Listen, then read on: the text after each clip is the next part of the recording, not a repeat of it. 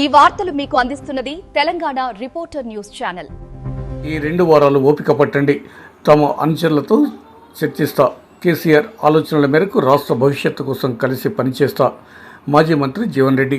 మాజీ ముఖ్యమంత్రి బీఆర్ఎస్ అధినేత కేసీఆర్తో కలిసి పనిచేయడం సంతోషంగా భావిస్తూ రాష్ట్ర హితం అలాగే ప్రజా సంక్షేమం కోసం కలిసి పనిచేస్తానని మాజీ మంత్రి జీవన్ రెడ్డి బీఆర్ఎస్ వర్కింగ్ ప్రెసిడెంట్ కేటీఆర్తో స్పష్టం చేశారు. గురువారం మధ్యాహ్నం 3 గంటల ప్రాంతంలో మాజీ మంత్రి జీవన్ రెడ్డిని బీఆర్ఎస్ పార్టీలోకి ఆహ్వానించడానికి గాను BRS working president KTR, MLC L Ramana, Jagtial జిల్లా బీఆర్ఎస్ పార్టీ అధ్యక్షుడు విద్యాసాగర్ రావు, మాజీ మంత్రులు కొప్పుల ఈశ్వర్, వేముల ప్రశాంత్ రెడ్డి, ఎమ్మెల్యేలు డాక్టర్ కల్వకుంట్ల సంజయ్, కౌశిక్ రెడ్డి, గంగుల కమలాకర్, జగిత్యాల జడ్పీ మాజీ చైర్పర్సన్ శ్రీమతి దావ వసంత సురేష్, పార్టీ నాయకులు దామోదరరావు తదితర నిజామాబాద్, కరీంనగర్ నాయకులతో కలిసి జీవన్ రెడ్డి గృహానికి చేరుకున్నారు. ఈ సందర్భంగా జీవన్ రెడ్డి మాట్లాడుతూ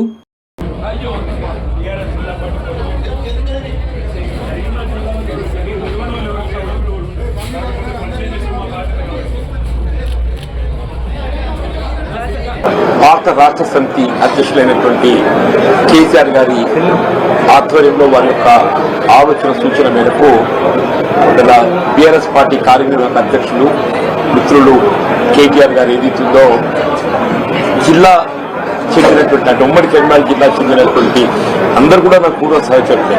అందరితో కలిసి పనిచేసినటువంటి అనుభవం నాకుంది. అందరితో పర్సనల్ రిలేషన్ కూడా నాకుంది. అందరితో ఇక్కడి మారిన పరిస్థితులకు అనుగుణంగా బీఆర్ఎస్ లో కలిసి పనిచేస్తే రాష్ట్ర భవిష్యత్తు కొరకు ఇలా ప్రధానంగా ఏదైతే ఇవ్వడం కాన్స్టిట్యూషన్ ఏదైతుందో రాష్ట్ర భవిష్యత్తు అనేది ప్రధానం.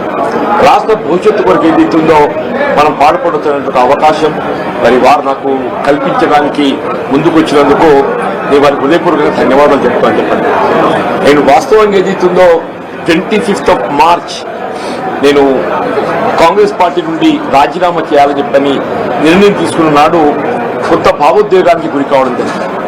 4 దశాబ్దాల అనుబంధం కలిగినటువంటి ఒక రాజకీయ పార్టీ నుండి మరి బంధం తెచ్చుకునేటువంటి ఒక పరిస్థితి ఎదురు కావటం కొంత నాకు ఆనాడు really I felt that day was very unfortunate. కానీ ఇవాళ ఒక విధంగా ఏమనిపిస్తుంది, కాంగ్రెస్ పార్టీతో అనుబంధం తెచ్చుకున్నా కానీ ఇలా భారతీయ రాష్ట్ర సమితి లాంటి తెలంగాణ రాష్ట్ర ఏర్పాటు సాధన కొరకు ఉద్యమించినటువంటి ఒక నాయకుడు కేసీఆర్ గారి యొక్క నాయకత్వంలో పనిచేసేటువంటి అవకాశం నాకు లభిస్తున్నందుకు real and feelings today is the most happiest day in my life. అంటే జీవితం అనేది ఎటు దారి తీసి ఏంటి మనం ఎవరు కూడా ఊహించమని చెప్పారు. ఉమ్మడి కరీంనగర్ జిల్లానే కాదు తెలంగాణ రాష్ట్రం యావత్తులో కూడా జీవన్ రెడ్డి లాంటి ఒక నాయకుడు కాంగ్రెస్ పార్టీ నుండి దూరం అవుతారని చెప్పి ఎవరు కూడా ఊహించలేదు చెప్పండి. దానికి కారణాలు కూడా మీరు ఊహించి ఉంటారని చెప్పండి. గత 20 మాసాలకి నేను ఏదైతే అంటే ఎదుర్కొంటున్నటువంటి ఒక మానసిక క్షోభ, రాజకీయ పరిస్థితులు అన్ని కూడా తట్టుకొని నిలబడ్డని చెప్పండి.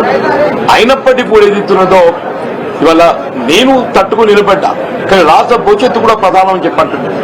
వీళ్ళ ఆనాడు ఏదైతే 2023 సాధారణ శాసనసభ ఎన్నికల్లో ఒక్కరికొకరు ఏముంటుందంటే ఇంకా మెరుగైన పాలన కావాలి, ఇంకా మాకేదో భవిష్యత్తు కావాలనుకుంటాం. ఆనాడేదైతే 10 సంవత్సరాల కేసీఆర్ పాలనలో తెలంగాణ సమాజానికి కల్పించినటువంటి యొక్క పరిష్కారాలు ఏదైతుందో అభివృద్ధి ఉందో ఇంకా మెరుగైన పాలన కావాలని చెప్పి కాంగ్రెస్ పార్టీ మరి మీరు పేర్కొనడం జరిగిందో కానీ ప్రజలు ఆకర్షితులైన కాంగ్రెస్ పార్టీకి అవకాశం కల్పించింది. కానీ రియల్లీ ఏదైతుందో నా అనుభవం చెప్పంటున్నాను. I have seen NT Rama Rao గారి ప్రభుత్వం చూసా, నేను తదుపరి చెన్నారెడ్డి గారి ప్రభుత్వం చూసా, విజయభాస్కర్ గారి ప్రభుత్వం చూసా, రాజశేఖర్ గారి ప్రభుత్వం చూసా, చంద్రబాబు నాయుడు గారి ప్రభుత్వం చూసా, కేసీఆర్ గారి ప్రభుత్వం చూసా. నేను కానీ ఈ 2 సంవత్సరాల కాలంలోనే ఇవాళ అంటే 10 సంవత్సరాల్లో సాధించినటువంటి అభివృద్ధి సంక్షేమ ఫలాలు తిరోగమన దిశగా చెప్పండి. కేసీఆర్ గారు ఏ ఉద్యమ నేతగా తెలంగాణ రాష్ట్రాన్ని సాధించడానికి వారు ఉద్యమించిండ్రో వారి సాధారణంగా తెలంగాణ రాష్ట్ర భవిష్యత్తు నిర్మాణానికి 10 సంవత్సరాలు కృషి చేస్తే అది 2 సంవత్సరాల్లో తిరోగమన చర్యగా ప్రజలు ఏదైతుందో అంటే నేను ప్రాక్టికల్ చెప్తున్నాను. ఇవాళ నేను మీరేదో వచ్చిందో అని చెప్పని బీఆర్ఎస్ లో జాయిన్ కావాలని చెప్పి ఇక్కడ నిర్ణయం ప్రకటించడం కాదు చెప్పంటున్నాను. నేను ఆనాడే నిర్ణయం తీసుకోవాలని చెప్పని నేను కొంతమంది నాకు చెప్తే పెట్టి అయినా నేను I want to study the mind of the people. ప్రజాభిప్రాయం ప్రజలు ఏ విధంగా స్పందన ఉందో గమనిస్తామని చెప్పండి. మా మిత్రులు సహచరులు శ్రేయభిలాషులుగా అభిప్రాయం కూడా సేకరించాలని చెప్పని ఈ 2 వారాన్ని ఓపిక పెట్టని చెప్పండి. మా మిత్రులు శ్రేయభిలాషులు సహచరులు వారి యొక్క సూచనలు సలహాలతో పాటుగా ముఖ్యంగా ప్రజాభిప్రాయాన్ని గమనించేది. ఈ వార్తలు మీకు అందిస్తున్నది తెలంగాణ రిపోర్టర్ న్యూస్ ఛానల్. విద్యార్థులకు నాణ్యత ప్రమాణాలతో కూడిన విద్యను నేర్పించాలి. కలెక్టర్ సత్యప్రసాద్. మోడల్ స్కూల్ పాఠశాలలోని విద్యార్థులకు నాణ్యత ప్రమాణాలతో కూడిన విద్యను నేర్పించాలని జిల్లా కలెక్టర్ సత్యప్రసాద్ అన్నారు. ప్రజాపాలన ప్రగతి ప్రణాళిక 99 రోజుల కార్యాచరణ ప్రణాళికలో భాగంగా జగిత్యాల జిల్లా వెలగటూరు మండలం కుమ్మరిపల్లి గ్రామంలోని తెలంగాణ మోడల్ స్కూల్ పాఠశాలను జిల్లా కలెక్టర్ సత్యప్రసాద్ గురువారం అధికారులతో కలిసి ఉదయం 11:30 గంటల ప్రాంతంలో వెళ్లి ఆకస్మికంగా తనిఖీ చేశారు. ఈ సందర్భంగా కలెక్టర్ పాఠశాలను మొత్తం సందర్శించి విద్యార్థుల స్థితిగతులను, వారికి కల్పిస్తున్న వసతులను అడిగి తెలుసుకున్నారు.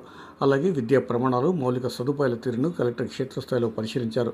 ప్రభుత్వ తెలంగాణ మోడల్ స్కూల్ చదువుతున్న విద్యార్థులకు మెరుగైన విద్యాబోధన అందించడమే ప్రభుత్వ లక్ష్యమని కలెక్టర్ ఈ సందర్భంగా పేర్కొన్నారు.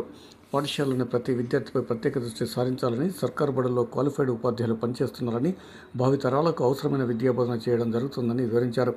ఈ తనిఖీల్లో భాగంగా జిల్లా విద్యాశాఖ అధికారి కె రాము, డిఆర్డీఓ పిడి రఘువరన్, తహసీల్దార్, ఎంపీడీఓ, గ్రామ సర్పంచులు, స్థానిక ప్రజాప్రతినిధులు తదితర అధికారులు ఉన్నారు. ఈ వార్తలు మీకు అందిస్తున్నది Telangana reporter news channel. Dharmapuri నియోజకవర్గం వెలగటూరు తహసీల్దార్ కార్యాలయంలో జరుగుతున్న జనగణన పనులను పరిశీలించిన జిల్లా కలెక్టర్ సత్యప్రసాద్. జనగణన ప్రక్రియను నిర్ణీత కాలంలో పూర్తి చేయాలని అధికారులకు, సిబ్బందికి జిల్లా కలెక్టర్ సత్యప్రసాద్ సూచించారు. జగిత్యాల జిల్లా ధర్మపురి నియోజకవర్గం వెలగటూరు తహసీల్దార్ కార్యాలయంలో జరుగుతున్న జనగణన పనులను గురువారం మధ్యాహ్నం 2 గంటల ప్రాంతంలో వెళ్లి జిల్లా కలెక్టర్ సత్యప్రసాద్ పరిశీలించారు. ఈ సందర్భంగా కార్యాలయంలో కొనసాగుతున్న ప్రక్రియపై అధికారుల నుండి వివరాలు అడిగి తెలుసుకున్నారు. జనగణన పనుల పురోగతిని సమీక్షించిన ఆయన ప్రతి వివరాన్ని ఖచ్చితంగా నమోదు చేయాలని, ఎలాంటి పొరపాటు లేకుండా జాగ్రత్తగా పనులు నిర్వహించాలని సూచించారు. ప్రభుత్వం నిర్ణయించిన మార్గదర్శకాల ప్రకారం సమాచార సేకరణ జరగాలని అన్నారు. అలాగే జనగణన ప్రక్రియను నిర్ణీత కాలంలో పూర్తి చేయాలని, సంబంధిత సిబ్బంది సమన్వయంతో పనిచేసి లక్ష్యాలను సాధించాలని ఆదేశించారు. క్షేత్రస్థాయిలో సేకరించే సమాచారం సమగ్రంగా ఉండేలా ప్రత్యేక దృష్టి పెట్టాలని ఈ సందర్భంగా ఆయన పేర్కొన్నారు. ఈ కార్యక్రమంలో ఆయన వెంట తహసీల్దార్ శేఖర్, సంబంధిత శాఖల అధికారులు, రెవెన్యూ సిబ్బంది ఉన్నారు. ఈ వార్తలు మీకు అందిస్తున్నది తెలంగాణ రిపోర్టర్ న్యూస్ ఛానల్.